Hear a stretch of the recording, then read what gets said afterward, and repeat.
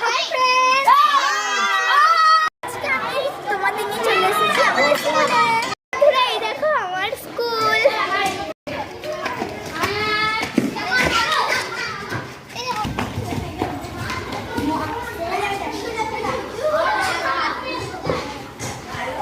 কালকে আমাদের school স্পোর্টসে champion হয়েছে, তো তাই মাস্টার মশাই আমাদের মিষ্টি খাওয়াবেন।